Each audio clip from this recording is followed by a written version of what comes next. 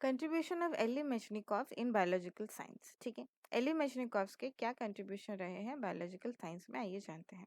तो ये हमारे साइंटिस्ट एली मेचनिकॉफ, इन्हें फादर ऑफ नेचुरल इम्यूनिटी भी कहा गया है, और इनके जो मेजर कंट्रीब्यूशन ईयर्स रहे हैं वो है 1882, 1903 एंड 1908।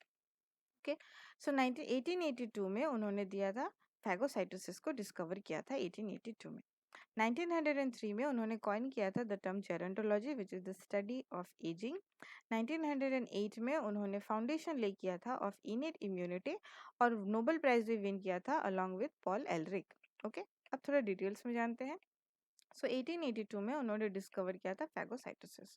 ठीक है, तो मैक्रोफेज का रोल उन्होंने फर्स्ट टाइम के लिए डिस्कवर किया था, जहां पर उन्हें मिला था कि अमीबा लाइक जो सेल्स हैं वो फॉरेन बॉडीज जैसे कि बैक्टीरिया उनको एनगल्फ करते हैं और उनको किल करते हैं through a process known as phagocytosis. Okay, ये फैगोसाइटोसिस बाद में चल के later on turned out to be a major defence mechanism of innate immunity.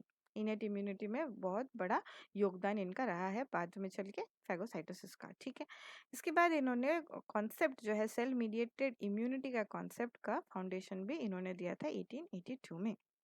Okay, अब आते हैं 1903 में। 1903 में उन्होंने कॉइन किया था द टर्म जेरोंटोलॉजी।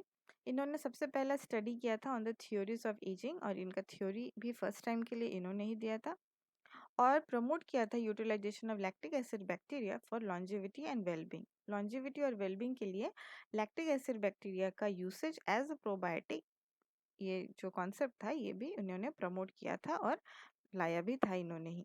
ओके, सो ये हो गया 1903 का काम। अब आते हैं 1908 में। 1908 में उन्होंने वन किया, जीता है नोबेल प्राइज इन फिजियोलॉजी और मेडिसिन, किसके साथ? पॉल एलरिक के साथ। ठीक है, किसकी वजह से? क्योंकि उन्होंने फाउंडेशन ले किया था of innate immunity with Paul Alaric. दोनों का कंट्रीब्यूशन किस प्रकार है? मेशनिकॉफ ने स्टैब्लिश किया था सेल मीडिएटेड इम्यूनिटी, और पॉल एलरिक ये जो साइंटिस्ट हैं इन्होंने दिया था ह्यूमरल मीडिएटेड इम्यूनिटी। ठीक है, तो दोनों का कॉम्बिनेशन एक फाउंडेशन ले किया for immunology. Okay, so their works were regarded as the foundation of the science of immunology.